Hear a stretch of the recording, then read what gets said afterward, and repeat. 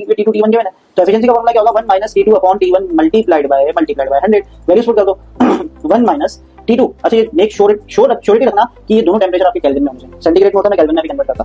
T2 is 350 upon ये हो गया आपका 500 मल्टीप्लाइड बाय क्या 100, ये 0 से 0 गया, 5 7 35, 5 10 7 अपॉन 10, तो एफिशिएंसी किसके बराबर आ गई, यहाँ पे रहा ये 1 minus 7 upon 10 is 0.7 multiplied bye 100।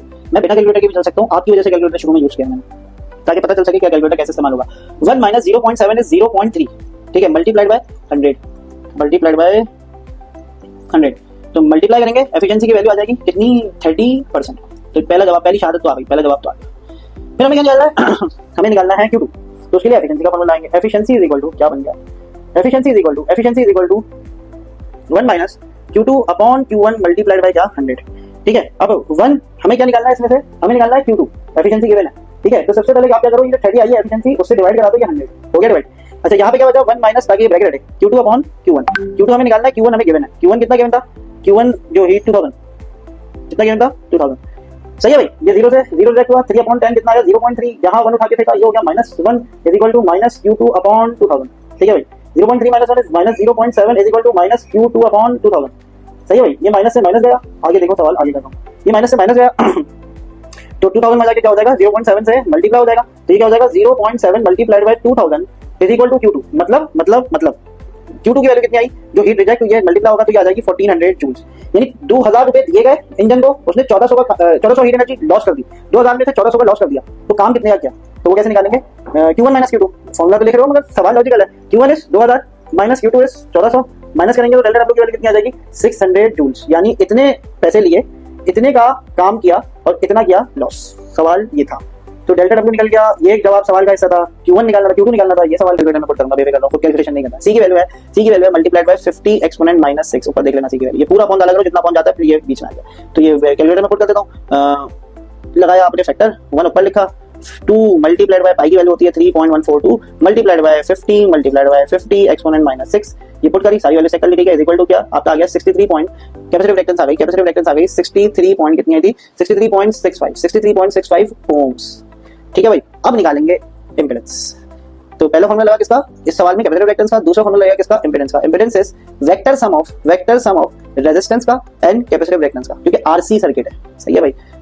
तो अब आ जाओ वैल्यूज पुट करो, रेजिस्टेंस इज 100 का square plus capacitive reactance is ऊपर गिवन है 63.65 का स्क्वायर, पूरा स्क्वायर रूट लगाना। इसी तरीके से कैलकुलेटर में पुट कर दो, स्क्वायर रूट आएगा 100 का स्क्वायर प्लस आगे 63.65 का स्क्वायर इज इक्वल टू कितना आया 118। अच्छा मैं पहले बता दूं, इसका जवाब गलत आ रहा है आपकी बुक में सॉल्व एग्जांपल में, तो कितना आया खैर कितना है 118, फाइनल आंसर गलत आएगा 118.53। तो इंपेडेंस आ गई कितनी 118.53, ये भी किसमें होगी ओम्स में, लगा दो सिंबल लगा दो ओम्स में, क्योंकि अपोजिशन हर अपोजिशन ओम्स में, ठीक है। फिर किसका फॉर्मूला लगेगा, फिर हमें निकालना है, सवाल वगैरह देखें तो इंपेडेंस निकल गया, मैंने कहा पहले इंपेडेंस निकाल लिया, ठीक है। अब IRMS निकाल सकते हैं, हाँ हम निकाल सकते हैं, ओम्स लॉ लगा देंगे।